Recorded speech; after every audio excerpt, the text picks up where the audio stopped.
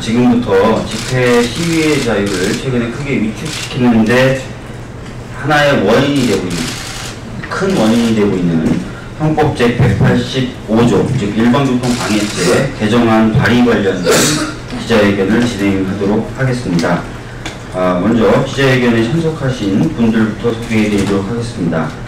제 왼쪽에는 서선영 공익인권변호사 모임인 희망을 만드는 법 변호사 나와 계십니다. 그리고 제 오른쪽에는 오늘 실제 사례를 말씀해 주실 분인데요. 대학노조 상근자로 활동하고 계신 정영필님 나와 계십니다. 정영필님의 경우에는 세월호 참사 1주기 추모 집회에서 일반교통 방해 혐의로 기소됐던 분입니다.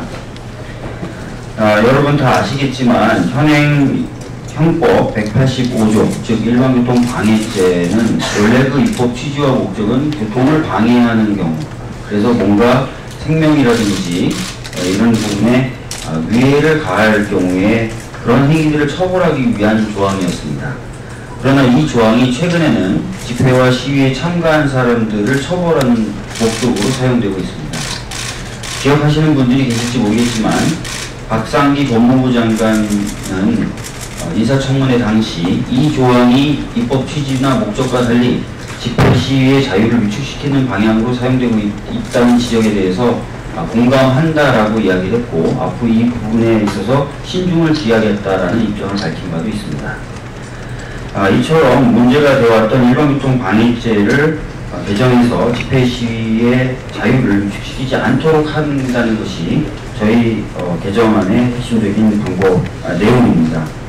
구체적인 내용은 아마 이 법을 만드는 데 같이 작업을 했던 서선영 변호사님께서 소개해 주실 것 같습니다. 이어서 개정안의 내용과 취지 등에 대해서 서선영 변호사님으로부터 말씀을 듣도록 하겠습니다. 개정안 내용 말씀드리기 전에 현재 일반교통방해 적용 실태에 대해서 먼저 말씀드리겠습니다. 현행 집시법은 시위라는 것에 대해서 도로를 행진하는 것을 이미 그 본질적 내용으로 포함하고 있습니다. 그런데 도로를 행진하는 것이 집시법상 시위 전형적인 모습임에도 불구하고 헌법에서는 이런 시위를 기본권으로 규정한 일반교통방해죄를 적용하는 측면으로 봐서는 이것이 항상 범죄로 처벌이 되고 있습니다. 2008년 광우병 집회 때 이미 그 평화적으로 집회에 참가한 사람들이 일반교통방해죄로 수백 명이 처벌을 받았습니다. 희망버스나 세월호 집회에 단순하게 참가한 사람들도 모두 지금 일반교통방해죄로 재판을 받고 있는 사람들이 아직도 많이 있습니다. 이렇게 처벌이나 재판을 받는 사람이 특별히 집회에서 특별한 행동을 한 것이 아닙니다. 다만 그냥 사람들과 함께 집회에 참가해서 진상규명을 요구하고 같이 참가한 사람들과 함께 행진을 한 것일 뿐입니다.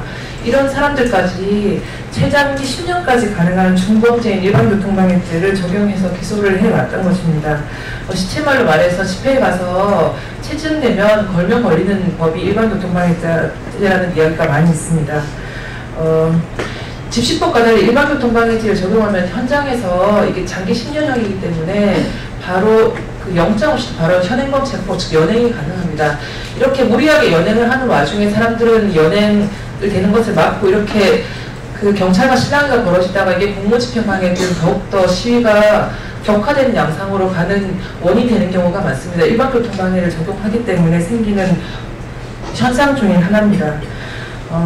일반교통방해죄 가장 큰 문제는 집회 참가자들은 사실 집회를 신고할 의무도 없고 신고했는지를 확인할 의무도 없는데, 집회 참가자는 집회가 신고된 집회는 일반교통방해죄 처벌되지 않고, 만약 주최자가 신고를 안 했으면 일반교통방해죄로 처벌되니까 참가자가 전혀 좌우할 수 없는 사유로 일반교통방해죄 적용 여부가 달라집니다. 즉 형법을 적용하는 것은 자신이 이런 어떤 행위를 이렇게 하면은 이게 처벌할 것인지 계속 예측 가능성이 있어야 되는데, 현행 일반교통방해죄를 집회 참가자는 적용하는 것은 참가자는 전혀 예측할 수 없는 사유로 처벌 여부가 나누어지게 되는 것입니다. 가장 극단적인 경우, 일반교통방해죄 처벌된 가장 극단적인 경우가 2008년 촛불 집회 때 좀 오래된 사안인데, 그때도 역시 2016년처럼 강화문을 가득 채웠는데 그때는 거기 있던 사람들이 대부분 일반교통방해로 처벌이 됐습니다. 2016년 처벌이 안 됐지만 처벌이 됐는데, 일반교통방해죄가 사실 야간 주거 침입이나 영화 살해만큼 그 그 무거운 죄인데 그 죄를 일반교통방해죄, 그 집회 나온 사람들을 일반교통방해죄로 처벌한다는 것은 그 서울 시민들 수만 명이 그만큼 야간 주거침입이나 이런 무거운 범죄를 저지르고 있다는 법적 판단을 하고 있다는 것입니다. 상식적으로 말이 되지 않습니다. 이 법에 대해 조금만 더 말씀을, 개정안과 관련해서 말씀드리면, 현행 일반교통방해죄는 1953년 형법이 제정된 이후로 뭐 화폐 가치에 따른 벌금 조정 외에는 그 구성 요건이 전혀 변하지 않았습니다. 한국의 형법은 독일이나 일본을 거쳐서 오는데 독일과 일본에서 비슷한 범죄가 있지만 시위 참가자들을 일반교통방해죄로 처벌하지는 않습니다. 이렇게 현행 일반교통방해죄가 독일하고 일본에서 건너왔지만 처벌하지 않는 것은 독일과 일본은 구성요건이 굉장히 구체적으로 되어 있는데 반해서 한국의 일반교통방해죄는 손괴, 불통, 기타 방법이라는 아주 추상적인 사유로 처벌을 할 수 있도록 해놨기 때문에 기타 방법을 적용을 해버리면 어떤 형태로 도로에 있던 형태든 다 처벌이 가능하기 때문입니다. 법무부에서 법무부 장관이 전향적으로 일반교통방해죄를 검토할 가능성이 있다고 하더라도 이렇게 법의 불명확성이 남아있는 한은 여전히 앞으로 그 시위 참가자들에 대해서 계속 일반교통방해죄가 적용될 위험이 남겨져 있는 것입니다. 따라서 이번 일반교통방해 개정안은 앞으로 다시 이런 불명확성으로 인해서 시위 참가자들을 처벌하는 법으로 악용되지 않도록 구성요건을 손괴, 불통, 기타 방법에서 아주 상세하게 손괴, 불통, 그 다음에 도로 장애물을 정치하거나 설치하는 방법 등으로 인해서 단순히 도로에 있는 여러 사람들과 함께 도로를 행진하는 것만을 이유로 처벌할 수 없도록 개정안 이 박주면 의원실을 대표 발의로 마련되었습니다.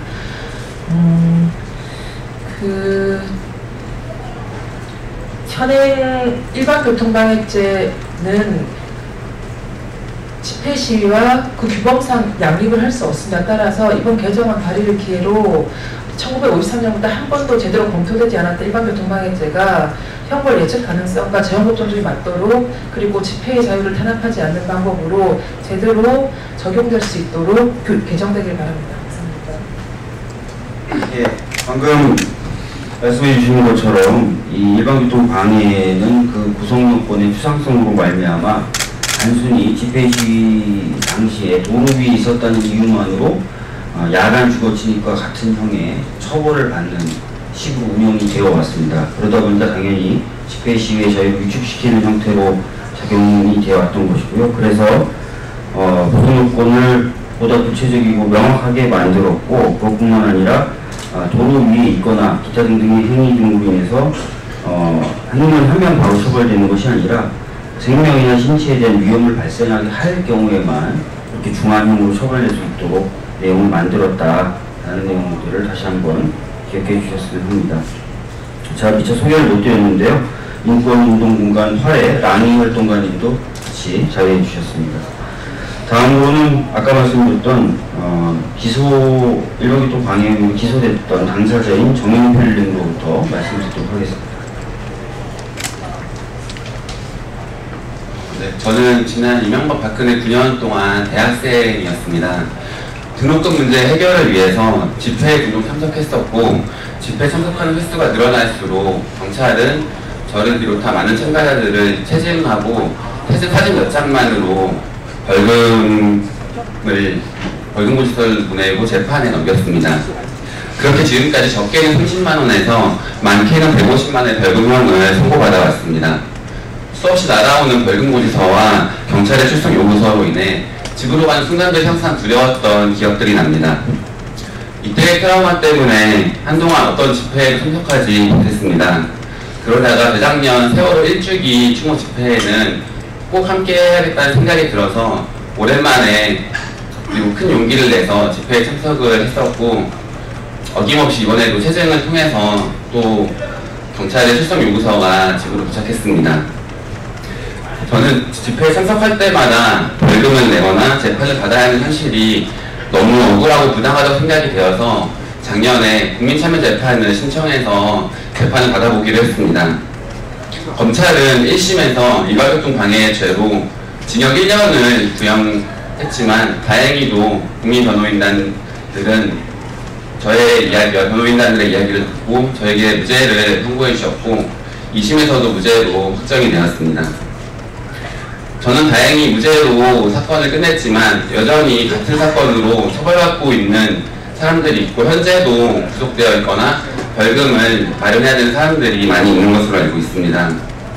헌법에서는 집회의 자유를 보장한다고 명기되어 있지만 평화적으로 거리를 걷는 이 많은 사람들 모두를 처벌할 수 있는 법이 존재한다는 것은 정말 좀 이해하기 어려운 부분인 것 같습니다. 집회에 참석하는 대부분의 사람들은 민주주의 원칙을 지키기 위해서 그리고 더 많은 이야기들을 우리 더 국민들에게 알려내기 위해서 나온 사람들이 대부분입니다. 저희사는 일반교통 방해로 인해 무차별적으로 벌금을 부과하거나 검찰이 기소한 바를 할 수 없도록 그리고 저를 비롯한 많은 시민들의 집회의 자유와 표현의 자유가 침해되지 않기를 진심으로 기원하면서 일반교통 방해 개정안이 통과되기를 기원합니다. 감사합니다. 네, 뭐 사실 저도 세월호 가족분들과 옆에 있으면서 현장에서 접견도 하고 법률 상담도 많이 했었습니다. 특히 이제 추모 집회 당시에도 제가 가족분들뿐만 아니라 현장에서 연행되는 사람들을 현장 접견, 변호인 접견은 장소에 제한이 없기 때문에 현장 접견도 많이 했었었는데 그런 활동을 제가 하고 있다는 것을 분명히 알고 있는 경찰들에 의해서 제가 입건이 돼서 수사를 받았던 기억이 있습니다. 일반 그 정도로 이 구속 요건 자체가 추상적이어서 수사기관이 걸면 다 걸 수 있는 그런 형태로 규정되어 있었다. 이번 개정안을 통해서 그런 자의적인 법 집행을 좀 막고 집회와 시위의 자유를 보장하는 방향으로 나아갈 수 있었으면 한다는 말씀을 마지막으로 드리면서 기자회견을 마치도록 하겠습니다. 감사합니다.